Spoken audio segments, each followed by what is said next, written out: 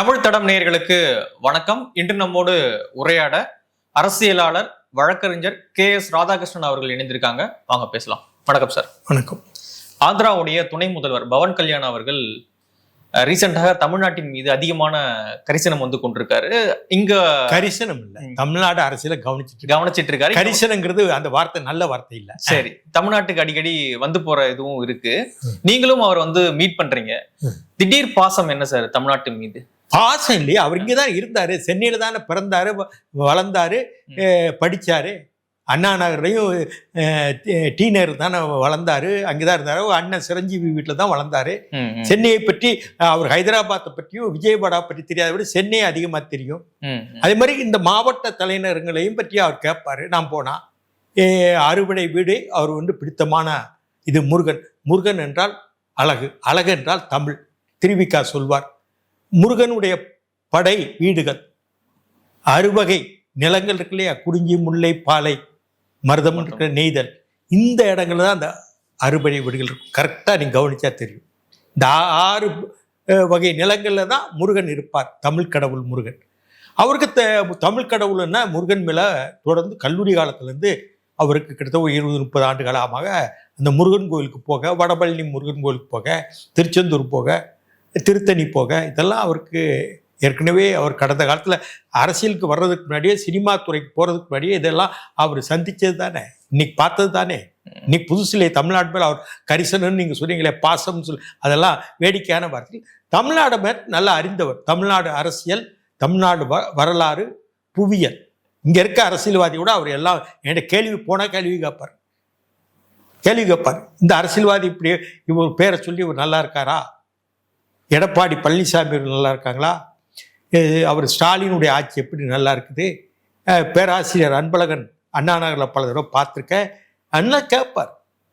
அது மாதிரி எனக்கு காமராஜர் தெரியாது, உங்களுக்கு காமராஜரை பற்றி தெரியும், காமராஜரை பற்றி சொல்லுங்கன்னு எனக்கு கேட்பார். எம்ஜிஆர் ஆட்சி காலத்தில் இங்கே இருந்திருக்கிறார். எம்ஜிஆர் மேலே தனிப்பட்ட பற்று உண்டு. அவர் எம்ஜிஆர் இது இருக்கு இல்லையா, நம்ம அந்த நினைவு இல்லம் இங்கே டி நகரில், அங்கே வந்தால் எப்போது வந்தால் போய் பார்ப்பார். அவ்வளோ ஒரு எம்ஜிஆர் மேலே பற்று உண்டு. அவருக்கான ஒரு சூழல் தமிழ்நாடு மேலே இங்கே அதிகமாக ஒரு 20-25 ஆண்டுகள் இங்கே இருந்ததுனால அதை பற்றி நன்கு அறிந்தவர். இங்கே இருக்க அரசியல்வாதி விட அவர் சிறப்பாக சொல்கிறார் என்கிட்ட. இன்னென்ன தலைவர் இங்கே பலருக்கு தெரியாது. இங்கே தமிழ்நாட்டு அரசியலில் முன்னாடி ஒரு அமைச்சர் இருந்தால் இன்னைக்கு தெரியாது. OSM யூசப்னு ஒரு மந்திரி இருந்தார். இன்னைக்கு இருக்க அரசியல்வாதிகளே தெரியும் எங்கள் மாவட்டம். அவரெல்லாம் இருந்தாருன்னு அவர் சொல்கிறார். ஒரு இடம் OSM யூசப் வீட்டுக்கு போனோம், நான் சென்னையில் இருக்கும்போதுன்னு சொல்கிறாரு. தமிழ்நாட்டில் எம்ஜிஆர் பேரில் யார் அமைச்சர், கலைஞர் 89 யார் அமைச்சர், 67 யார் அமைச்சர் இருந்தாங்க. நாவலர் எவ்வளவு கலைஞரை விட்டு வெளியே போயிட்டு அதிமுக சேர்ந்தார் நாவலர் நெடுஞ்செழியன். இதெல்லாம் பற்றி பேசுவார். இன்னைக்கு இங்கே இருக்கவங்களுக்கு பல பேருக்கு அது தெரியாது. ஏதோ திடீர்னு அவர் பவன் கல்யாண் இங்கே வர்றாப்புல சொல்கிறாங்களே, அவர் இங்கேயே இருந்த வாசி, சென்னை வாசினா அவர் வந்து உடுப்பி ஹோட்டல் இருந்த அந்த உடுப்பி ஹோட்டல் நல்லா இருக்கா, கஜேந்திர விலாஸ் ஹோட்டல் நல்லா இருக்கா, புகாரி நல்லா இருக்கான்னு கேட்குறாரு. நான் போய் சாப்பிடுவேன்.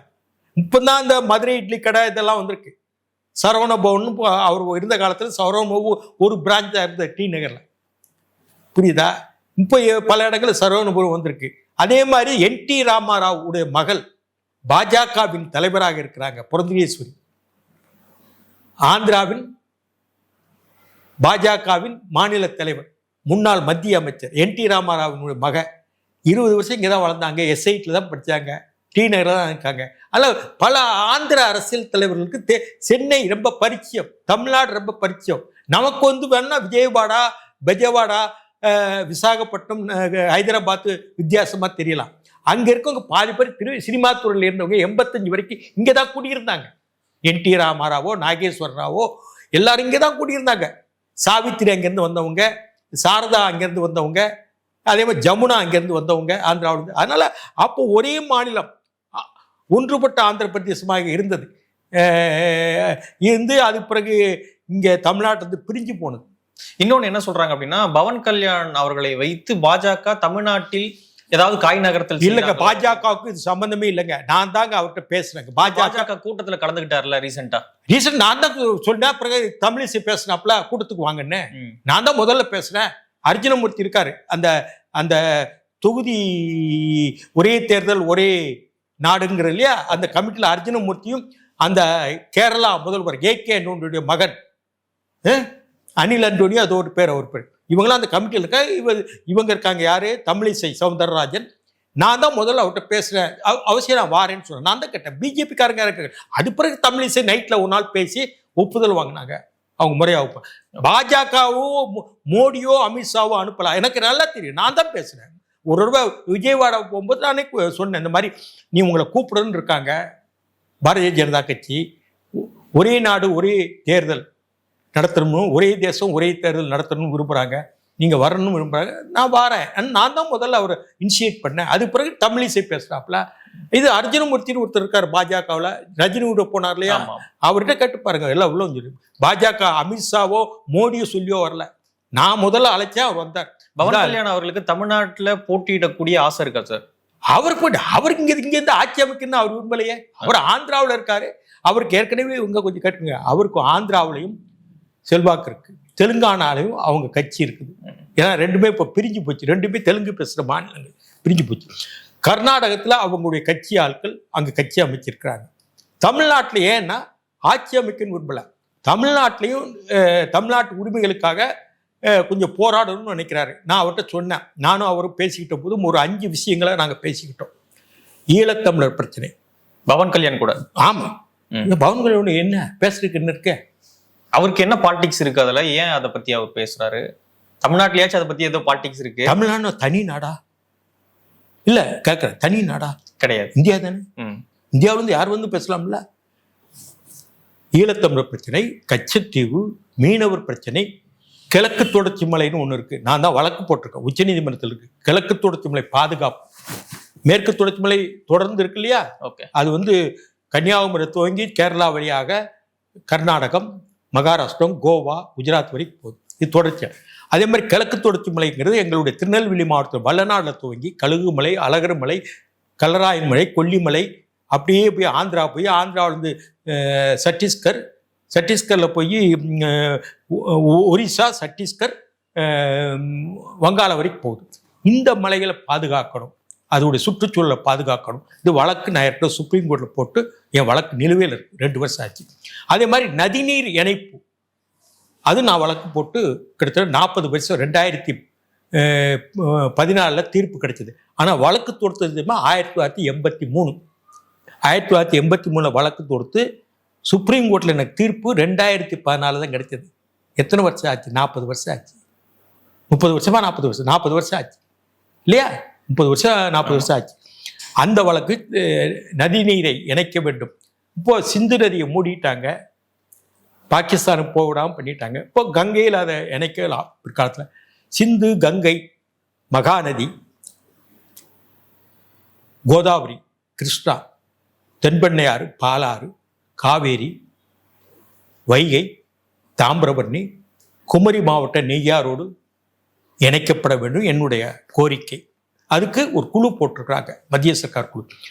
அதாவது சிந்துவும் கங்கையும் குமரியை தொட வேண்டும் என்னுடைய கோரிக்கை. இந்த 5 விஷயங்களை பேசலான்னு அவருக்கு நான் பேசினேன். சபாஸ் பேசுவோம், இந்த 5 விஷயங்களை பேசுவோம். நான் வந்து தமிழ்நாட்டில் ஆட்சி அமைக்கன்னு நினைக்கல, எனக்கு தமிழ்நாடு மேலே ஒரு ஈர்ப்பு உண்டு. அவருக்கு என்ன நான் அட்வைஸ் பண்ணேன், அவருக்கு நான் சொன்ன கருத்து, நீங்கள் வந்து உங்களுக்கு வயது இருக்குங்க, நீங்கள் ஒரு பிரின்சிபல் அரசியல் பண்ணிட்டு வர்றீங்க. இந்த மாதிரி ஒரு லட்சியமான அவர் ஆஃபீஸுக்கு போனால் யாரும் போகிறவங்க ஆஃபீஸ் ஸ்டாஃப்கிட்ட காசு கொடுக்கூடாது, யாரும் ஒருத்தர் ஒரு நயா பேசுவாங்க.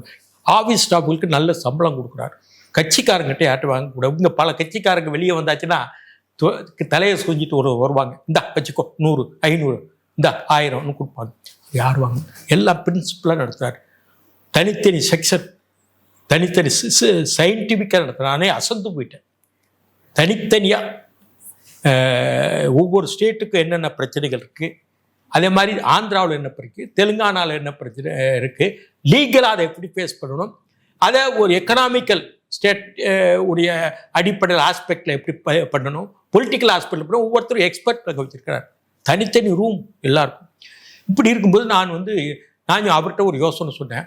நீங்கள் இவ்வளவு யங்ஸ்டராக இருக்கிறீங்க, பல விஷயங்களை அறிஞ்சிருக்கிறீங்க, நீங்கள் ஜனாதன தர்மத்தை கடுமையாக ஆதரிக்கிறீங்க, நீங்க கிறிஸ்துவர்னு இங்க ஒரு குற்றச்சாட்டு வந்தது, பேப்டிஸ்ட் பண்ணி கொடுத்து நான் எல்லா மதம் ஒன்று ஒரு பார்த்து நான் இருக்கிற மதம் இந்து மதம், அதனால அறுவடை வீட்டுக்கு போறேன்னு சொல்லி உங்களுடைய கருத்தை வலிமையாக வலுவாக சொல்கிறீர்கள். உங்களுக்கு வயது இருக்கின்றது, நீங்கள் உங்களுக்கான ஆதரவு கர்நாடகத்தில் இருக்கின்றது, ஆந்திரத்திலிருந்து தெலுங்கானாவில் இருக்கின்றது, தமிழ்நாட்டிலையும் பாண்டிச்சேரியிலையும் நீங்க போட்டி போட்டு ஆட்சி அமைக்க வேண்டிய அவசியம் இல்லை. ஏதோ ஒன்று நீ நின்று உங்க ஒரு அரசியல் சூழலை உருவாக்குங்க. நீங்க தேசிய கட்சியாகவீங்க. எப்படின்னா தேசியவாத காங்கிரஸ், சரத்பவார் கட்சி தேசியவாத காங்கிரஸ் தேசிய கட்சி போ. எப்படின்னா குஜராத், மகாராஷ்டிரா, மத்திய பிரதேசம், இப்படி 4 மாநிலங்கள் இருக்கு. இன்னும் மம்தா கட்சி ஒரு இடத்துல தேசிய கட்சியாக இருக்கிறது. அபிலேஷ் யாதவ் தேசிய கட்சி ஆயிடுது இல்லையா? ஆம் ஆத்மி தேசிய. அது மாதிரி உங்களுக்கான வாய்ப்பு தேசிய கட்சியாக ஆகக்கூடிய வாய்ப்பு இருக்கு. அதை கொண்டு போங்க.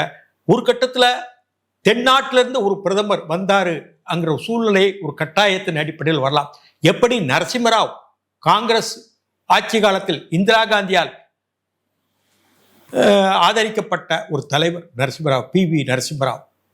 ஆனால் ராஜீவ் காந்தியும் சோனியா காந்தி வந்த பிறகு அவரை புறந்தள்ளினாங்க. ஆனால் ஊழல் என்னாச்சு? இயல்பு ரீதியாக பொட்டம் கட்டிட்டார். ஹைதராபாத்துக்கு போயிடுவோம், நீ இங்க இருக்க வேண்டாம், மரியாதை இல்லை, மத்திய அமைச்சராக இருந்துட்டோம், இந்திரா காந்தி காலத்தில் இருந்துட்டோம், ஊருக்கு புறப்படுவோம் அன்னு பொட்டம் கட்டும் போது அவருக்கு பிரதமர் என்கிற கிரீடம் அவர் தலையில் ஏறுது. எது வேணா நடக்கும். அதனால நீங்க இந்த தென் மாநிலங்கள்ல இந்த கட்சியை உங்க ஜனசேனாவை உருவாக்குங்க. ஒரு தேசிய கட்சியாக வலுவாகலாம். நீங்க ஆந்திராவிலையும் தெலுங்கானாவையும் ஆளலாம், கர்நாடகத்திலும் தமிழ்நாட்டிலையும் ஆள முடியாது. அதெல்லாம் சொல்லிட்டேன். உங்களுடைய ஹைட் எவ்வளோன்னு உங்களுக்கு தெரியும், நான் சொல்ல விரும்பல. அங்க ஓரளவு உங்களுடைய பிரசன்ஸ், உங்க இருப்பை காட்டணும். கர்நாடகத்திலும் ஆந்திராங்கிற நிலையில தான் அவர் பார்க்கிறோம். நீங்க ஆட்சி அமைக்கணும்னு அவருக்கு நிலை இல்லை. கரிசனம், பார்வை, அந்த இதெல்லாம் கிடையாது. தேசிய கட்சியா நம்ம மாறணும். அதற்கு தென் மாநிலங்கள்ல வந்து ஆமா, இங்க தமிழ்நாட்டிலோ கர்நாடகத்திலோ அவர் ஆட்சி அமைக்க முடியாது. ஆனா கணிசமான ஓட்டு இருக்குல்ல. கணிசமான இப்போ நான் சொல்றேன், திமுகவில் தப்பா நினைக்க ஜாதியை பேசுறேன், தெலுங்கு பேசுறேன்னு. நான்லாம் தெலுங்கு பேசுற சமுதாயத்தை சேர்ந்தவன். ஆனா ஈழத்தமிழ் பிரச்சனை, தமிழ்நாட்டு உரிமைகளுக்காக வழக்குப்பட்டோம் உச்ச நீதிமன்றத்தில். நதிநீர் இணைப்போ, காவேரி பிரச்சனையோ, முல்லை பெரியாரோ, கச்சத்தீவோ அவ்வளவுக்கு வழக்கு போட்டுவேன். நான் ஆந்திராவுக்காக வழக்கு போடல, தெலுங்கானாக்காக. ஆனால் தமிழ்நாட்டில் தென் மாவட்டத்தை சேர்ந்த பலரை வந்து திமுக சோதனை பண்ணிடுச்சு. தெலுங்கு பேசுகிற கம்யூனிட்டியை. CP சிற்றரசன் ஒருத்தர் இருந்தார், அண்ணா காலத்து தலைவர், நல்லா பேசுவார், நல்ல எழுத்தாளர், சிந்தனையாளர். அவருக்கு மந்திரி சபையில் இடம் கொடுக்கல. எப்போ சொல்கிறேன்? 60களில். கலைஞரும் கொடுக்கல. அவர் நாயுடு. கடைசியில் அவர் ஒன்றும் இல்லாமல் போயிட்டார். அவரெல்லாம் அமைச்சரவையில் இடம் பெறுவார்னு நினைச்சாங்க. அதுக்கு பிறகு காமராஜரை தோற்கடித்த பே. சீனிவாசன், விருதுநகர் பே. சீனிவாசன், அவருக்கு ஒரு அமைச்சரவையில் இடம் கிடைக்குன்னு தென் மாவட்டங்களுக்கு அவரையும் கலைஞர் கொடுக்கல. அதுக்கு பிறகு வைகோவை வெளியேற்றினது உங்களுக்கு தெரியும். திமுகவுக்கு உழைச்சாரா இல்லையா? அடுத்து நான் எவ்வளோ உழைச்சிருக்கேன் திமுகவுக்காக. முள்ளிவாய்க்கால் படுகொலை நடந்தபோது நான் தானே அதை அழிச்ச திமுக மேல இருந்து கலங்கத்தை. இதே ஸ்டாலின் ஐநா சபைக்கு போனார் இல்லையா, ஜெனீவாவுக்கு போனார் இல்லையா, நியூயார்க்கு போனார் இல்லையா, பிரிட்டிஷ் பார்லிமெண்ட்ல கூட்டு போய் நான் தானே பேச வச்சேன். டெசோவை நான் தான் நடத்தினேன். ஜெயலலிதா வழக்கை நான் தானே மாத்தினேன். கர்நாடகத்திற்கு கனிமொழி தனிப்பட்ட விவகாரம், டைவர்ஸ் விவகாரம் இவ்வளோ நான் தானே ரகசியம் இப்படி பட்டியலதான். நான் ஒரே நிமிஷத்தில் தூக்கிட்டு இருந்துட்டேன். ஏன் அளவு வந்து இன்னைக்கு ராஜ்யசபாவில் இருக்கவங்க, லோக்சபாவில் இருக்கவங்க உழைச்சிருக்காங்களா திமுகவுக்கு? கலைஞர் இருந்த காலம் வரைக்கும் என்னால் இருக்க முடிஞ்சது, அதுக்கு மேலே இருக்க முடியலையே. ஸ்டாலின் மருமகன், ஸ்டாலின் மனைவி, மகன், இவங்ககிட்ட நான் இப்போ அவங்க ஒன்றும் நம்மளை அலட்சியமாக பார்க்கும்போது நான் அலட்சியமாக பார்த்துட்டேன். ஆனால் கேபினெட்ல நிறைய தெலுங்கு மினிஸ்டர் இருக்காங்கல்ல. தெலுங்கு மினிஸ்டர் சொல்கிறேன் சார். தெலுங்கு மினிஸ்டர் யாரு? சேகர் பாபு, அதிமுக காலத்து வந்தவங்க. ஏவாவில் அதிமுக காலத்து வந்தவங்க. கொஞ்சம் கேளுங்க. கே சார் தென் மாவட்ட தெலுங்கு ஓட்டு ஒன்று வாங்க முடியாது, அது புரிஞ்சுக்கோங்க. அதே மாதிரி காந்தி திமுக இருந்தவங்க. இவங்களை விட நாங்கள் வந்து வைகோவோ நாங்களோ ஒரு தகுதியான ஆட்களா இல்லையா? ஏன் எங்களை வெறுக்கிறாங்க? காந்தி ஒரு மந்திரி சபையில் இடம் பெறும்போது வைகோ ஏன் திமுகவின் பொதுச் செயலாளர் ஆக முடியாது? கலைஞருக்கு பிறகு ஏன் தலைவராக முடியாது? காந்தியை ஏற்றுக்கிட்டீங்க, ஏவா வேலை ஏற்றுக்கிட்டீங்க. சரி, அதே பாருங்க, KS ராதாகிருஷ்ணன் எதிர்க்கட்சியா இருக்கும்போது திமுகவுக்கு உழைச்சி சபாஸ்ன்னு உடன்பிறப்பு கடிதங்கள்ல நான் ஸ்டாலின்கிட்ட இவர் கலைஞர்கிட்ட பல சபாஸ் வாங்கியிருக்கேன். ஆளுங்கட்சியா போது என்னை கண்டுக்கிறது இல்லையே ஸ்டாலின். அசால்ட்டை பார்க்க போயான்னு சொல்லிட்டு நான் போறேன். எனக்கு என்ன இருக்கேன், நான் படிக்கிறவங்க சார், உலகத்தை பற்றி படிக்கிறவன். எனக்கும் அவருக்கும் பாருங்க. அதே மாதிரி களப்பணியாளர் கூட வெறும் அறிவு மட்டும் ஏற்றிக்கிறத எனக்கு தூத்துக்குடி மாவட்டத்திலயோ திருநெல்வேலி மாவட்டத்திலோ விருதுநகர் மாவட்டத்திலயோ அன்றைக்கு மதிமுக எந்தெந்த ஊர்ல இருக்கு யாரா இருக்காங்கன்னு எனக்கு தெரியும். களப்பணியும் செஞ்சவன். நான் வெறும் படிச்சுட்டு சென்னையில மட்டும் உட்காரல. கிட்டத்தட்ட என் டிரைவர் குணசேகரன் ஒருத்தர் தான், இப்ப இல்லை என் கூட. ஒரு வாரத்துக்கு ஒரு என்னுடைய அம்பாசிடர் கார்ல கோவில்பேட்டி போயிட்டே இருப்பேன். 10 நாளைக்கு விடுவேன். சிங்கிள் ட்ராக் ரோடு, 4 வேஸ் கிடையாது. இன்னைக்கு இங்க காலைல 9 மணிக்கு வீட்டில் புறப்படுவேன். மத்தியானம் சாப்பாடு டிஃபன் கேரில் கட்டிட்டு விழுப்புரத்தை தாண்டி போய் சாப்பிடுவேன். நல்ல சாப்பாடு சாப்பிட்டுட்டு அப்படியே ஊருக்கு போவேன். கார்ல தான் போவேன். கிட்டத்தட்ட நான் கார்ல பயணிச்சதே ஒரு 500-600 தடவை இருக்கும். நான் சொல்ல 92,000 2005 வரைக்கும் நான் களப்பணியில் இருந்தவன். வெறும் ஒரு படிக்கிறது எழுதுறது மட்டும் கிடையாது. என்னை இந்த ஸ்டாலின் புறக்கணிச்சாலே இவர் கலைஞர் என்னை வந்து கடைசி வரைக்கும் உனக்கு ஒன்று செய்ய முடியலப்பா என்கிட்ட கலைஞர் சொன்னார். இப்போ உனக்கு நான் செய்ய முடியல, உன்கிட்ட கடன் வாங்கியிருக்கிறேன், உன் கடனை தீர்த்துட்டு போவேன். நான் போறதுக்குள்ளன்னா அவர் காலம் முடியறதுக்குள்ள அந்த பாங்கு இந்த ஸ்டாலினுக்கு இத்தனைக்கு இந்த ஆளை வந்து ஈழத்தமிழ் பிரச்சனை அவ்வளோ முக்கியத்துவம் கூட்டு பண்ணா இல்லையா? அதே மாதிரி வேளச்சேரி வீட்டில் வந்து இந்த குயின் மேரிஸ் காலேஜ் பிரச்சனை வரும்போது நான் மட்டும் தான் எனக்கு செய்தி கிட்டு வந்தாரா மாவட்ட செயலாளர். நான் மட்டும் தான் நின்ன வேளச்சேரி வீட்டில் நீ உன் கைது நள்ளிரவு கைது ஆகும் போது 2001 2002 கட்டத்தில். அது மாதிரி நள்ளிரவு கைதி கலைஞர் கைதி நேரத்தில் அந்த சிடி எடுத்து போய் சன் டிவியில் அன்னைக்கு நான் கொடுக்கலைன்னா கலைஞர் கைதியை உலகம் தெரிஞ்சிருக்காது. விடிய கால 5 மணிக்கு கொடுக்கலைன்னா இவ்வளோ பணி. இந்த பணி ராணிப்பேட்டை காந்தி செஞ்சிருக்காரா? இந்த பணியை ஏவா வேலு செஞ்சிருக்காரா? இந்த பணியை சேகர் பாபு செஞ்சிருக்காரா? இதே சேகர் பாபு கலைஞரை வந்து வேட்டி எடுத்துக்கிட்டு சட்டமன்றத்துக்கு குதிச்சுட்டு வரல கலைஞரை தாக்குறதுக்கு. இதே ஸ்டாலின் ஒத்த அம்மான்னு பேசலையா? இப்போ அவர் நல்லவர். இதே ஏவா வேலை என்ன சொன்னாரு?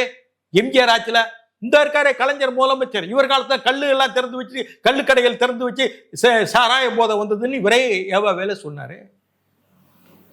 புரியுதா? அவங்கள விட நாங்கள் என்ன மோசம் சார்? இந்த 3 பேரை ஒரே நேரத்தில் வந்து உட்கார சொல்லுங்க, என்கிட்ட கேள்வி கேட்க சொல்லுங்க. நான் தெரிஞ்சது ஏவா வேலு, ராணிப்பேட்டை காந்திக்கும் சேகர் பாபு பேச சொல்லுங்க. 50 தலைவர்கள் யாருன்னு கேட்க சொல்லுங்க. நான் 3 பேட்டேன். ஈவிகே சம்பத் யாருன்னு கேட்க சொல்லுங்க. இப்ப நான் சொல்லுனேன் சின்னராஜ் சிற்றரசு இவர் யாருன்னு தெரியுமான்னு கேளுங்க. இத்தனைக்கு காந்தி வேலூர் மாவட்டம், அங்க திமுக வளர்த்தவர். அப்படி ஆள்களை ஸ்டாலின் வச்சிருக்காரு. இன்னைக்கு போட்டிருக்காரு பாருங்க. ஸ்டாலின் இந்த இது கூட ட்வீட் பண்ணியிருக்கேன் நான். ஏங்க தொகுதி மறுவரையறை எந்த அறிவிப்பு வரலங்க. மத்திய சர்க்கார் வந்திருக்கா? மத்திய சர்க்கார் வந்திருக்கா? ஒரு முன்னெச்சரிக்கை நடவடிக்கை மத்திய சர்க்கார் வந்திருக்கா? வரல, இன்னும் வரல. தேர்தல் ஆணையம் வந்திருக்கா? அதுக்கு என்ன கொள்ள? அதுக்குள்ள என்ன உங்களுக்கு வந்து மறையறை வந்த பிறகு பேசுங்க. சரி, நான் ஒன்று கேட்குறேன். மறுவரையை வந்ததும் வைங்க. போன வட்டம் புதுக்கோட்டை நாடாளுமன்ற தொகுதி இல்லாமே போச்சே. நீங்களும் காங்கிரஸும் இருந்த கூட்டணி தானே. சாத்தாங்குளம் தொகுதி இல்லாமல் போச்சே. கன்னியாகுமரியில் ஒரு தொகுதி இல்லாமல் போச்சே. இப்படி தமிழ்நாடு ஒரு 10 தொகுதி இல்லாமல் போச்சே. நீங்க தான் அன்னைக்கு கூட்டணியில் இருந்தீங்க. அதுக்கு என்ன பதில் சொல்றீங்க? மறுவரை வந்தால் டீலிமிட்டேஷன் வந்தால் தொகுதியில் குறையும். நான் ட்வீட் பண்ணியிருக்கேன். இதே திமுக காங்கிரஸ் கூட்டணியில் தானங்க 10 தொகுதி போச்சு. புதுக்கோட்டை நாடாளுமன்ற தொகுதியும் போயிடுச்சேங்க. திருச்சியோட சேர்த்துருக்காங்களேங்க. ஆனா தமிழ்நாட்டுக்குள்ள ஏறி இறங்கி அப்படியே இருக்காங்க. 39ன்றது குறையில இல்ல, 39 குறையில. நீங்க வந்து தொகுதியில் வரையிற வந்து எல்லாமே 39 குறையும். நீங்க யார் சொன்னாங்க? குறைஞ்சிச்சு மத்திய சர்க்கார் கொடுத்துருக்க. நான் கேட்கிறேன் 39 குறைஞ்சு வச்சு 40 குறைஞ்சு வச்சுன்னு சொல்லியிருக்கா? ஏதாவது இப்போ அறிவிக்கை ஏதாவது வந்திருக்கா?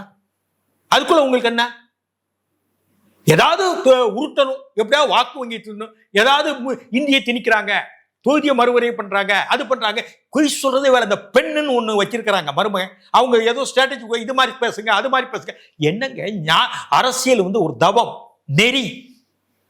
காமராஜர் தோத்தார மக்கள் வாக்களிச்சாங்க, ஏற்றுக்கொள்கிறேன்னு சொன்னாரா இல்லையா? எப்படிப்பட்டாலும் காங்கிரஸ் மறுபடியும் ஆட்சிக்கு வரணும்னு காமராஜ் விரும்பினார். 67 அண்ணா ஆட்சிக்கு வந்தாரு, வாழ்த்துக்கள் சொல்லிட்டு மக்கள் ஓட்டு போட்டிருக்காங்க. ஆளட்டும் திமுக சொன்னார்ல, அந்த பண்பு இல்லை. எப்படியாவது ஓட்டவங்க காசு கொடுக்கணும், ஓட்டு வாங்கணும், எப்படியாவது நிற்கணும். ஜாதி வாரியா இப்போ ஜாதி இல்லைம்பாங்க. இது மைனாரிட்டி ஓட்டு வாங்கணும், கிறிஸ்டின் முஸ்லீம் ஓட்டு வாங்கணும், ஜாதி வாரியா நிற்கணும். இப்படிதான் இவங்க பண்ணாங்க 67 பிறகு. இப்போ ஓட்டு காசு கொடுக்கணும்னு ஆயிப்போச்சு. ஏங்க மறுவரையறை, தொகுதி மறுவரையறை இன்னும் அறிவிக்கப்படவில்லை. இன்னும் சென்சஸுக்கு தான் அறிவிப்பாங்க. சென்சஸ்க்கே இப்போ தான் அறிவிச்சிருக்கிறாங்க. ரெண்டாவது விஷயம் வந்து தேர்தல் ஆணையம் இதை பற்றி எந்த அறிவிக்கையும் செய்யலை. அதுக்குள்ள உங்களுக்கு என்ன பார்த்துட்டோம்? அதுக்குள்ள என்ன பார்த்தோம்? அதே மாதிரி உங்களுக்கு இருக்காப்புல ஒரிசாக்காரன் குறையும் இல்லையா? எல்லாருக்கும் குறையும். அவங்களும் வந்திருக்காங்கல்ல, பஞ்சாப்ல இருந்து வந்தாங்க சார். வந்தது மட்டுமா? இது வந்து எதை அறிவிக்க வந்திருக்கா சார்? இவங்களாம் அழைக்கிறாங்க, நீ வா வா வா வா. ஏன் ஒரிசா நவீன் பட்நாயக் அழைச்சாரா? இல்ல கேட்கிறேன், ஏதாவது ஒண்ணு தீய வைக்கணும், நம்ம ஜெயிக்கணும். அதுக்கெல்லாம் நீ வாய்ப்பு இல்லை ஐயா. ஸ்டாலின் ஐயா வாய்ப்பு இல்லை. நீ அடுத்து வலுவான கூட்டணி எடப்பாடி பழனிசாமி தலைமையில அமைஞ்சிருச்சு.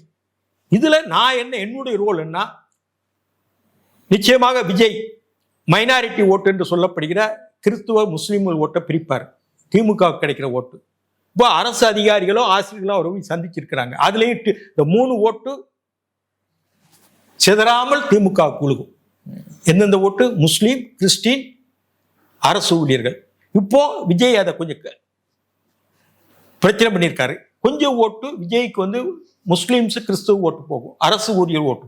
இப்போ நான் எதுக்கு பவன் கல்யாணம்? நான் தான் பவன் கல்யாண் வரல, நான் தான் அவர்கிட்ட பேசுறேன். இது 5வது சந்திப்பு. நயினார் நாகேந்திரன் கூட்டு போனது. நான் 5-6 இடம் சந்திச்சிருக்கேன். எங்களை பொறுத்தவரையும் இந்த திமுக வந்து தெலுங்கர்கள் ஓட்டை வாங்கிக்கிறாங்க. ஜாதியை பற்றி இப்ப ஜாதி தான் இதெல்லாம் பூசி முழுகிறது. ஜாதி தான். தெலுங்கர் ஓட்டு வந்து தமிழ்நாட்டில் 18 to 20% இருக்கு. 20% இருக்கு. 20%, 18 to 20%. விஜய் ஓட்டை விட அதிகம். 2வது சிறுபான்மை, 2 சிறுபான்மையோட ஓட்டு அதிகம். இதுல வந்து எல்லா ஓட்டையும் நாங்க எதிர்பார்க்கலாம். 18% 18 நாங்க எதிர்பார்க்கலாம். இதுல ஒரு 7% வாங்கணும்னு நினைக்கிறோம். யாருக்கு? விஜய்க்கு. விஜய்க்குல சார், எங்க இந்த கூட்டணிக்கு சார், ஏடிஎம்கே கூட்டணி. ஆமா, அதான் பவன் கல்யாணம் கொண்டு வந்து நிப்பாட்டுறோம். ஓகே. தெலுங்கர்கள் வந்து தப்பா நினைக்காதுங்க நான் பேசுறேன்னு. இதுக்கு இங்க ஜாதி அரசியல் தான். ஓட்டு வங்கினா ஜாதி காசு தான். பேசல தப்பு இல்லை. தேவடியா குடிக்கு போனாலும் தேவடியா குடிக்கு போனான்னு சொல்ல வந்து தப்பு இல்லை இல்லையா? ஓட்டு வந்து கற்பு விற்கிறாங்க இங்க. புரியுதா? வியாபார அரசியல், புரோக்கர் அரசியல் இங்க நடக்குது. மக்கள் அரசியல் இல்ல, மக்கள் நல்ல அரசியல் இல்ல. அரசியல் தவம், அரசியல் தவம் இல்ல. அரசியல் வந்து ஒரு வியாபாரம் ஆயிப்போச்சு. இந்த சூழ்நிலை ஜாதி, மதம், காசு 3 தான் அரசியல் இருக்குது. நீங்க கொஞ்சம் இருக்கு, நான் விட்டுற. அதுக்குள்ள என்ன அவசரப்படுறீங்க? அவசரப்படாதுங்க. இப்படி இருக்கும்போது தெலுங்கர்கள் ஓட்டு 18% இருக்குது. இல்ல 7% வரனா எங்களுக்கு நான் பேசினா யாரும் கேட்க மாட்டாங்க. பவன் கல்யாணம் பேசலாம் வருவாங்க. இதுல வந்து நீலகிரி, கன்னியாகுமரி மாவட்டத்தை தவிர்த்து எல்லா மாவட்டத்திலையும் குறைஞ்சபட்சம் 3000 இருந்து 5000 ஓட்டு தெலுங்கு பேசுற ஓட்டு இருக்கு ஒவ்வொரு தொகுதியில். கொஞ்சம் கேட்டுக்கிட்டுங்க. அது போக அதிகமாக 65,000 to 60,000 ஓட்டு இருக்கிற தொகுதிகள் பல தொகுதிகள் இருக்கு. கோவில்பட்டி, விளாத்திகுளம், சாத்தூர், ராஜபாளையம், திருமங்கலம், சிவகாசி, சிறுவில்லிபுத்தூர், பழனி, திண்டுக்கல், தேனி, அப்படியே வந்து உடுமலைப்பேட்டை, சிங்காநல்லூர், ஓசூர், தளி, காட்பாடி, கேவிக்குப்பம், திருவண்ணாமலை, குறிஞ்சிப்பாடி, கீவளூர், திருத்தணி, பூந்தமல்லி, திருவள்ளூர், அண்ணா நகர், வடசென்னையில் ஒரு சில தொகுதி. இவ்வளவும் அதிகபட்ச ஓட்டுகள் உள்ள தொகுதி. கொஞ்சம் கேட்டுக்கிடுங்க. இதெல்லாம் வெளியே தெரியாது, சொன்னாதான் தெரியும் மக்களுக்கு. இப்படி இருக்கும் பொழுது நீலகிரி, கன்னியாகுமரி நீங்களாக ஒரு 2000 இருந்து 5000 ஓட்டு குறைஞ்சபட்சம் இருக்குது. இப்போ ஒரு தேர்தலில் ஒருத்தர் 500 ஓட்டை தான் போறாரு சட்டமன்றத்தில். இதை நாங்கள் கன்சால்டேட் பண்றது தான் நான் பார்க்குறேன். இது ஜாதியாக பார்க்கல. திமுக தோக்கணுங்கிறக்கா இந்த கடமையை நான் தான் செஞ்சேன். பவன் கல்யாணம் செய்யல, தெளிவா தெரிஞ்சுக்கிடுங்க. இது வந்து 4வது 5வது சந்திப்பு. நான் நயினார் நாகேந்திரன் என்னைய பழிவாங்கலாம் ஈஸியா. வா, நான் இப்போ இதே காங்கிரஸ் வந்து ட்வீட் போட்டுன்னு என்னை பழிவாங்கினாங்க, தீங்கிட்டாங்க. கண்ணப்பா என்ன சொன்னாரு? காங்கிரஸ்கார வெயிட்டிங்க, தேவையில்லா வெயிட், தோல்ல உட்காந்துட்டு பண்ண நீக்கினீங்களா? காங்கிரஸ் கடுமையா உங்க ஆட்களை கடுமையா விமர்சனம் அவங்கள நீக்கினீங்களா? இல்ல கேட்கிறேன். இப்போ அந்த சார் யாருன்னு சொல்றாங்க, அந்த சார் யார் தெரியும், அவரை நீக்கினீங்களா? நான் சொல்றேன். இப்போ வந்து இப்போ இது வந்து ஒரு தெலுங்கு பேசுறவங்க மற்றவங்க பேசுறவங்க ஈஸியா நினைப்பீங்க இல்லையா? என்னையெல்லாம் சாதாரண ஆள். உங்களுக்கு உதவணும், உங்க வீட்டில் வந்து காலைல ஈவினிங் இருக்கணும், உங்க வேலையை பார்க்கணும், அறிக்கை எழுதணும், நீங்க சொல்றதெல்லாம் வேலை பார்க்கணும். என்ன உங்க அடிமையானே? நான் காமராஜர், வேலுப்பிள்ளை பிரபாகரன் கூட இருந்துட்டு வந்தவன். என் கூட 10 வருஷம் இருந்தவர். நெடுமாறன் படிச்சுட்டேன். நான் என்ன உண்மை ஒன்றும் தெரியாது, யாரா எழுதி கொடுத்து பேசுறதா?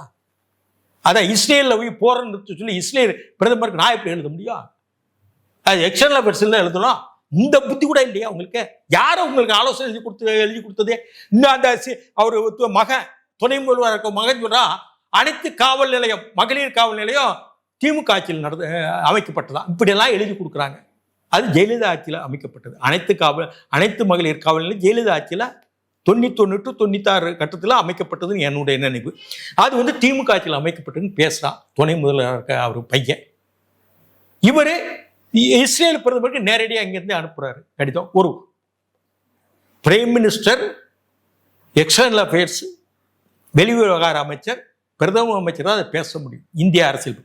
இவரு அப்படியே இருந்தாலே ஒரு கடிதத்தை மத்திய சர்க்கார் மூலமாக அனுப்பலாம். இவரே நேரடியாக என்ன செய்ய முடியும்? இப்போ ஐநா சபையில் போய் நான் மத்தியில் இருக்கவங்க பேசணும்னா விட மத்திய சர்க்காரில் ஒப்புதல் வாங்கிட்டு வந்தால் பேசணும். எம்பியா இருக்கவங்க வெளிநாடு போறாங்கன்னு வைங்க, மத்திய அரசுல பெர்மிஷன் வாங்கணும். முதலமைச்சர் வெளிநாடு போறாரு, அமைச்சர் வெளிநாடு போனா மத்திய அரசு கிட்ட ஒப்புதல் வாங்கணும். அப்படிதான் இங்க நிலைப்பாடு. இவங்களே என்ன சொன்னாங்க மாநில சுயாட்சி பேசும்போது, மத்திய சர்க்காரோட வெளிவிவகாரத்துறை, அதாவது எக்ஸ்டர்னல் அஃபேர்ஸ், நாட்டின் பாதுகாப்பு, பணம் அடிக்கிற மின்டிங் ஆஃப் மணி, ரயில்வே, தொலைத்தொடர்பு, இதை மட்டும் வச்சுக்கிடுங்கன்னு தான் சொன்னாங்க. நீங்க தானே சொன்னீங்க. அப்புறம் நீங்களே இஸ்ரேல் பிரதமருக்கு அனுப்புறீங்கன்னா தனி நாடா தமிழ்நாடு? உங்களுக்கு கோவாரண்டு போட்டவங்க மேல கேள்வி கேட்பான்ல, கோர்ட்லேயே கோவாரண்டு போடலாம். நீங்க அனுப்பலாம், உங்களுக்கு சொல்றதுக்கு உரிமை இருக்கு, இல்லைன்னு சொல்ல. ஆனால் துரு யூனியன் ஆஃப் இந்தியா தான் சொல்லணும். இது கூட புரிதல் இல்லாத அரசாங்கமா இருக்கும்போது நம்ம என்ன செய்ய முடியும்? அவர் பேசுற எத்தனை பிள்ளைகளா பேசுறாரு முதலமைச்சர். ஆனா கலைஞர்கிட்ட அந்த பிள்ளைகள் வருமா? வராது. ஆனா என்ன சொல்றாங்க அப்படின்னா 26லயும் திமுக கூட்டணி தான். வரும்போது பாத்துக்கணுங்க, வரும்போது பாத்துக்கணும். 26 வரும்போது பாத்துக்கணும். இப்போ அதிமுக கூட்டணி பலமாக இருக்குன்னு நீங்க சொல்றீங்க. இப்ப அதிமுகவும் பாஜகவும் தான் இருக்காங்க. பாமகவே இப்ப உடையக்கூடிய ஸ்டேஜில் இருக்கு அப்படின்னு நிறைய பேர் சொல்லிக்கிட்டு இருக்காங்க. தந்தை மகன் பிரச்சனை இருக்கு அப்படின்னு சொல்லி சொல்லும்போது, இப்போ அதிமுக கூட்டணி எப்படி ஸ்ட்ராங்கா இருக்கு அப்படின்ற ஒரு அன்பு நீங்க வராருல்ல, அன்பு தான் கட்சி இருக்கு. கட்சி ஆனா உடையுதுன்றீங்களா? நிச்சயமா இருக்கும். 2 பேருக்கு ஒரு இப்படியே விவகாரம் போயிட்டு இருந்தா ஒரு கட்டத்தில் அப்படித்தானே வரும். அன்புமணி உங்க பக்கம் தான் வராரு. அன்புமணி இங்க தான் வருவார். அவர் ராமதாஸ் எந்த பக்கம் போவாரு தெரியும். அப்போ ஒரு பிளவு ஏற்படாது அந்த வாக்குல. நான் பிளவுகளை எல்லாம் பல பிளவுகளையும் பார்த்துட்டோம். ஸ்தாபன காங்கிரஸ், இந்திரா காங்கிரஸ் தலைமையில் பிளவுகள் பார்த்துருக்கோம். திமுக பிளவுகளையும் பார்த்துருக்கோம். அதனால பிளவுகள் ஒன்றும் முக்கியம் இல்லை. யார் பக்கம் யார் இருக்காங்க, ரேங்க் அண்ட் ஃபைல் யார் பக்கம் இருக்காங்க. இப்ப அன்புமணி அவர்கள் ஏடிஎம்கே கூட்டணிக்கு வந்துருவாரு, தேமுதிக வருவாங்களா? அது தெரியல, அவங்க எல்லாம் முடியும். எங்க தமிழ்நாட்டில் 3 வகையான அரசியல் கட்சிகள் இருக்குங்க. நான் பேர் சொல்ல விரும்பல. ஒன்று ஓட்டு காசு கொடுத்து வாங்கி பதவிக்கு வர்ற கட்சிகள் 2-3 இருக்கு, கொஞ்சம் புரிஞ்சுக்கிடுங்க.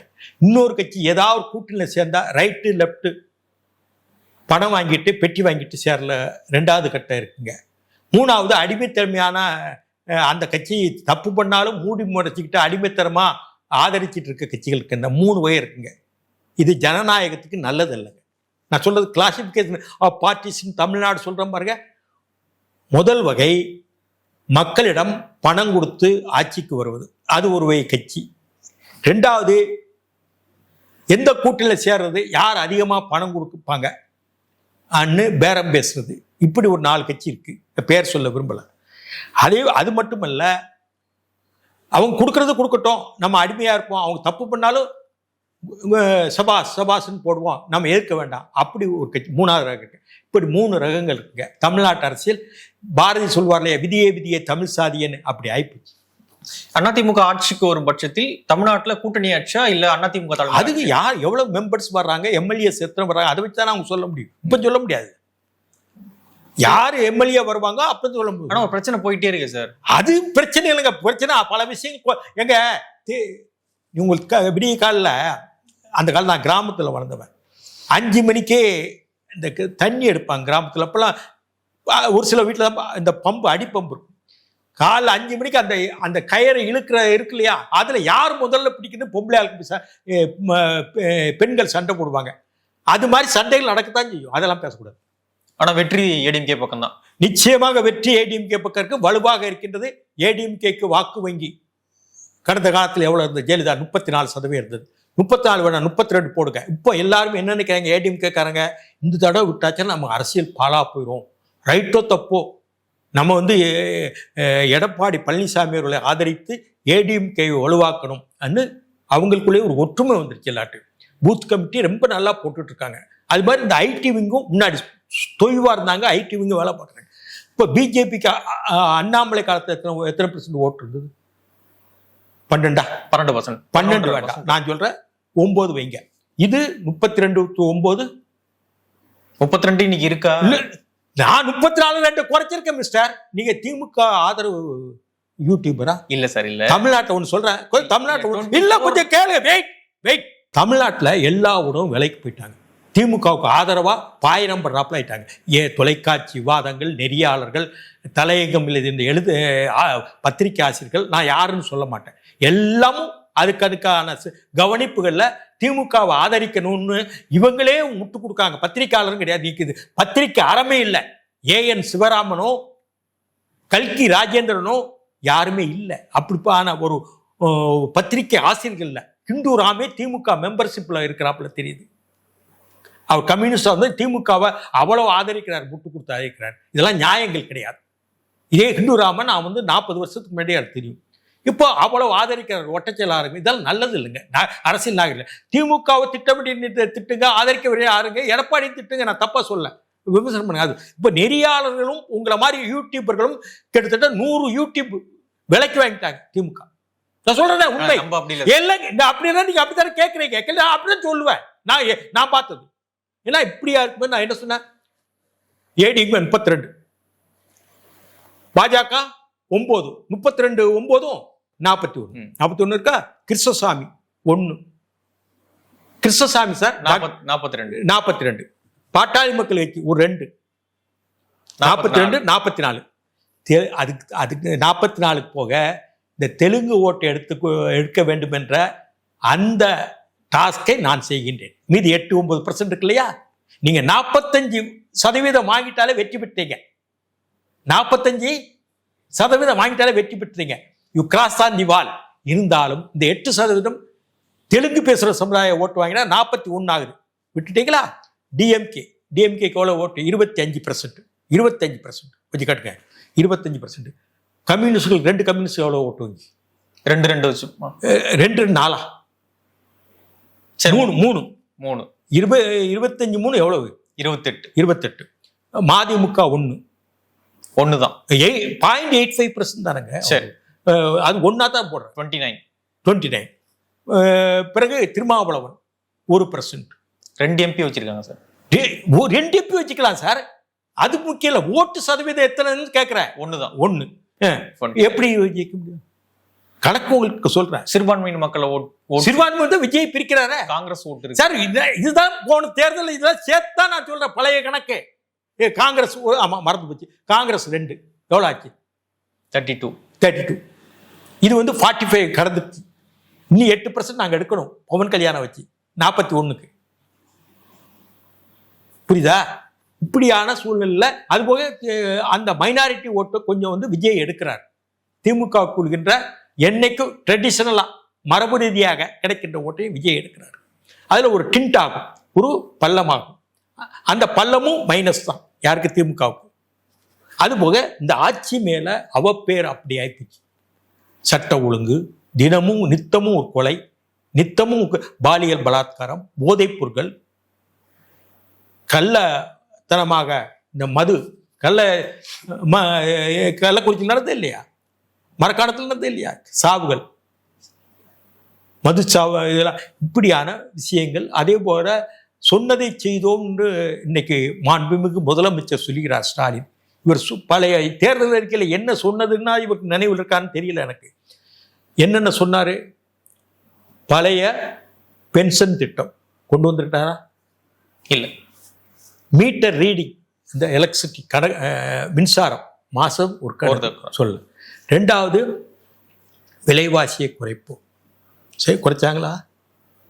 நானே காவல்துறையை கையில் வைத்துள்ளேன், பாரபட்சம் இல்லாமல் யார் தவறு செய்தாலும் உடனே நடவடிக்கைனார். யாரு தவறு செஞ்சால் நடவடிக்கை? அந்த சார் யாரு? அந்த சார் யாருன்னா ஏரோப்ளேன் மோட்ல இருக்குன்னு சொல்றாங்க. ஏரோப்ளேன் மோட்ல இருந்தால் கூட ஃபோன் கால் வந்துட்டு இருக்கும், வராதுன்னு சொல்ல முடியாது. நீங்க அதை பார்த்தா தெரியும் டிவைஸ்ல. முட்டா போய் காவல்துறை வந்து ஏரோப்ளேன் மோட்ல இருந்துன்னு சொல்றாங்க. ஏரோப்ளேன் மோட்ல இருந்தாலும் ஃபோன் வரும். புரியுதா? அந்த சார் யாருன்னு தெரியல. அதே மாதிரி காவல்துறை சேர்ந்த காவலர், பெண் காவலர்களை கை பிடிக்கிறாங்க, பலாத்காரம். அது மாதிரி நான் ஒரு நாள் திருநெல்வேலியிலேருந்து வரேன். எங்கள் ஊர் மகாராஜ நகரில் மருத்துவமனை, மெடிக்கல் காலேஜ் ஹாஸ்பிட்டல். அந்த மகாராஜ நகரில் தெற்கிருந்து வரேங்க. நான் ஒரு 100 மீட்டர் தள்ளி காரில் வந்துட்டு இருக்கேன். அங்கேயே ஒரு பெண்ணை கொல்றாங்க கண் முன்னாடி, பட்டப்பகல். காந்திமதி உயர்நிலைப்பள்ளின்னு என் கண்மண். நான் என்ன நடந்து ஓடி வர முடியாது, அதுக்குள்ள ஓடி போயிட்டான். இப்படி பட்டப்பகல் கோர்ட்டு பக்கத்திலேயே நடக்குது கொலைகள். அது மட்டும் இல்லை, முத்திரைத்தாள் கட்டணம் கூடி, வீட்டு வரி, நில வரி கூட்டிட்டாங்க. இப்போ கரண்ட், எலக்ட்ரிசிட்டி கரண்ட் கூட்டிட்டாங்க. இவ்வளவு கூட்டி தான் அடிப்படை விஷயங்கள் இல்லையா? இதுக்கு பட்ச நான் வந்து 95% நிறைவேற்றிட்டேன்னு சொல்றாரு இல்லையா முதலமைச்சர். நாங்கள் சொன்னதை செய்வோம், சொல்லாததை செய்வோம். போட்டு அடி, இஷ்டத்துக்கு பேசு. நீ எவனோ எழுதி கொடுக்குறான். அவன் நேற்று வரைக்கும் திமுக திட்டினவன் யாரு? இப்போ எழுதி கொடுக்கான்ல, இப்போ எழுதி கொடுக்காருல, ஸ்டாலினுக்கும் துணை முதலமைச்சருக்கு எழுதி கொடுக்காங்கல்ல. இவங்கெல்லாம் நேற்று வரைக்கும் திமுக முள்ளிவாய்க்கால திட்டினவங்க தான் முக்கிய ஆட்கள். அங்கே இதை மனுஷை புத்திரன் எவ்வளவுக்கு திமுக திட்டினா முள்ளிவாய்க்கால் இருக்கும்போதே. இப்போ நாங்களே முள்ளிவாய்க்காலுக்கு அவங்கள தூங்கி பிடிச்சாலும் வெளியே நிற்கிறோம். அப்போ கஷ்டமான நான் எதிர்கட்சியாக திமுக கஷ்டப்படும் நேரம் தான் அந்த கட்சியில் இருக்கேன். ஆளுங்கட்சியாக இருக்கும்போது எப்பவும் நான் இருந்ததில்லை. அதை புரிஞ்சுக்கிடுங்க. நான் திமுகனால எந்த பெனிஃபிட்டும் ஆனது கிடையாது. ஆளுங்கட்சியாக இருக்கும்போது திமுக இருந்தது இல்லை. எதிர்கட்சியாக முள்ளிவாய்க்கால், ஜெயலலிதா வழக்கு மாத்தணும், கலைஞர் கைதி, ஜெயலலிதா ஆட்சியில் இருக்கும்போது நான் இருந்திருக்கேன். இப்படிதான் இருந்திருக்கேன். இப்படியா இருக்கும்போது சொன்னதை செய்வோம், சொல்லாததை செய்வோம்னு தேர்தல் அறிக்கை இருக்கு. இந்த பக்கத்தில் தேர்தல் அறிக்கை, உங்களுடைய உறுதிமொழிகளை சொல்லுங்க. இந்த பக்கம் இந்த உறுதிமொழியை நிறைவேற்றிட்டீங்களா அன்னு இந்த பக்கம் ரைட் ஹேண்ட் பேஜில் சொல்லுங்க. இன்றைக்கு மின்சார கணக்கெடுப்பு மாதம் ஒரு முறை எடுப்போம், இந்த இடத்துல எழுதிக்கோங்க. அது கொடுத்த உறுதிமொழி, அது ஏத்தாப்புல நிறைவேற்றிட்டோம், நிறைவேற்றப்படவில்லை அன்னு வெள்ளை அறிக்கை விடுங்க. அந்த தைரியம் இருக்கா? 90-95% நிறைவேற்றி விட்டீர்கள் என்று சொல்கிறீர்களே, ஒரு வெள்ளை அறிக்கை வெளியிடுங்கள் ஸ்டாலின் அவர்களே. ஏன்னா பணத்துக்கு துட்டை கொடுத்து நீங்க ஓட்ட வாங்கலாம். அதை கூட்டணி பலத்தால் தான் என்றைக்கும் திமுக ஜெயிக்கும். 67 இருந்து பார்த்தா உங்களுக்கு நல்லா தெரியும். 67 அண்ணா தலைமையில ஆட்சி அமைஞ்சது. அன்னைக்கு காங்கிரஸ் 2ஆ உடைபடலை. இந்திரா காந்தி தலைமையிலையும் பிறகு ஸ்தாபன காங்கிரஸ், காமராஜர் போன்ற தலைவர்கள் இருந்தாங்கன்னா அந்த 2 ஒரே காங்கிரஸ், காளை மாட்டு சின்னம். அப்போ திமுக அண்ணா தலைமையில, ராஜாஜியின் சுதந்திரா கட்சி, காயிதே மில்லத்தின் முஸ்லீம் லீக், பி ராமமூர்த்தி தலைமையில் இருந்த சிபிஎம், இந்திய மார்க்சிஸ்ட் கம்யூனிஸ்ட் கட்சி, சோசியலிஸ்டுகள், புரியுதா? மாப்போசியின் தமிழரசு கழகம், வட மாவட்டங்கள் அன்னைக்கு அதிகமாக இருந்தது. மாப்போசி இதெல்லாம் சேர்ந்து வலுவான கூட்டணி அமைத்தார்கள். யாரு? திமுக. காங்கிரஸ் தனியாக நின்னது. காங்கிரஸ் தனியாக நின்ன காங்கிரஸ் 1 லட்சம் ஓட்டு கூடுதலாக பெற்று தோத்தது. இவங்க 1 லட்சம் ஓட்டு இவ்வளவு பெரிய கூட்டணியில் அமைச்சு ஆட்சிக்கு வந்தாங்க. யாரு? திமுக அண்ணா தலைமையில். 1 லட்சம் ஓட்டு குறைவு, காங்கிரஸ் 1 லட்சம் ஓட்டு கூடுதல் 67. ஆனால் தொடர்ந்து அதுக்கு பிறகு திமுக அண்ணா இறக்குறது, மறுபடியும் கலைஞர் தலைமை திமுக நடக்குது. இதுக்கு மத்தியில் எம்ஜிஆருடைய பிரச்சாரம், அது வேற பிளஸ் பாயிண்ட். அப்போ கூட்டணியில தான் கலைஞர் ஜெயிச்சார். 89 கூட்டணி தான். புரியுதா உங்களுக்கு? 96 மதிமுக பிளவுபட்டது. ஜெயலலிதா மேல ஊழல் குற்றச்சாட்டு, வலுவான கூட்டணி. 96 ஜெயிச்சாங்க. 2006 அப்படித்தான். இப்போ 2021 இப்போ நடந்தது இல்லையா? இதுல கூட்டணி இல்லாமல் பயில்வான்கள் தேர்தல் களத்துக்கு சண்டை போட போக முடியாது திமுகவுக்குள்ள. இது கடந்த காலம். எம்ஜிஆர் தனிச்சு நின்னதெல்லாம் உண்டு. உங்களுக்கு புரியுதா? திமுகவுங்கிற வலுவான கூட்டணி இப்ப சமீப காலமாக ஓட்டுக்கு காசு கொடுக்கிறது. இப்படிதான் திமுக ஜெயிச்சது. இதுதாங்க திமுக அரசியல்.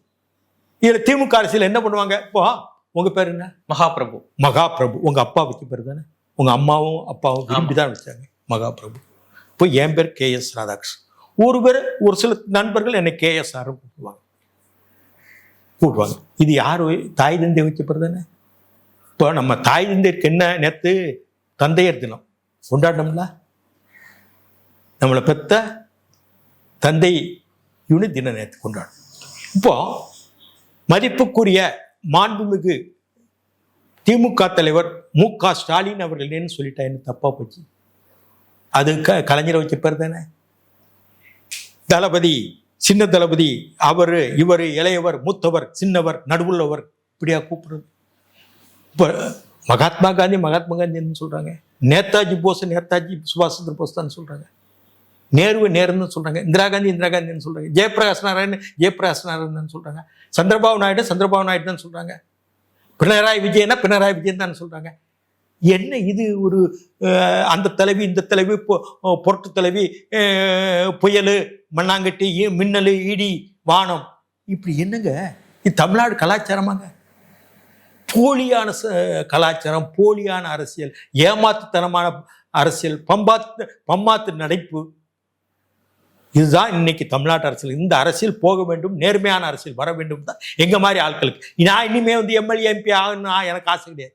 1980 MP இருக்கணும், 89 அமைச்சராக இருக்கணும், எனக்கெல்லாம் ஆசை கிடையாது. நீ நாடாளுமன்ற சட்டமன்றத்துக்கு போகணும்னு ஆசை கிடையாது. என் மனசுல இருந்து சொல்றேன். ஒரு 55 வருஷம் அரசியல், கிட்டத்தட்ட 54 வருஷம் அரசியல் இருக்க முடியுமாங்க?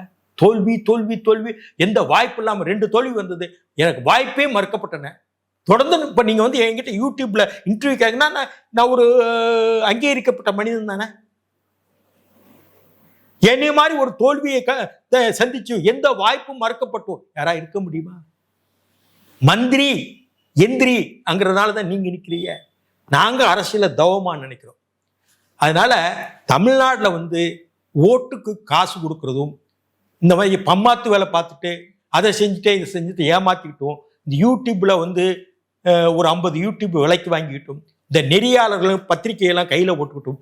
ஆட்சி நடத்துறது ஆட்சி அல்ல, அது ஆட்சி அல்ல. இது மன்னராட்சி காலத்தோட நேர்மையா ஆட்சி இருந்தாங்க. ஏன்னா மனுநீதி சோழனா அந்த பூமி, பாண்டியன் நெடுஞ்செழியன் கோவலனை பழி வாங்கி விட்டேன் என்று சொன்ன பூமி, ராஜேந்திர சோழன் ராஜராஜன் வாழ்ந்த பூமி. அன்னைக்கு இருந்தாலும் நியாயங்கள் மறுக்கப்படலை. இங்க நியாயங்கள் மறுக்கப்படுகின்றன. மக்கள் விரோத ஆட்சியாக இருக்கின்றது. இது போக வேண்டும். இது தெய்வத்தின் குரல், நியாயத்தின் குரல், மக்களின் குரல். நிறைய விஷயங்கள் நம்மோடு விரிவாக பகிர்ந்துட்டீங்க. ரொம்ப நன்றி சார்.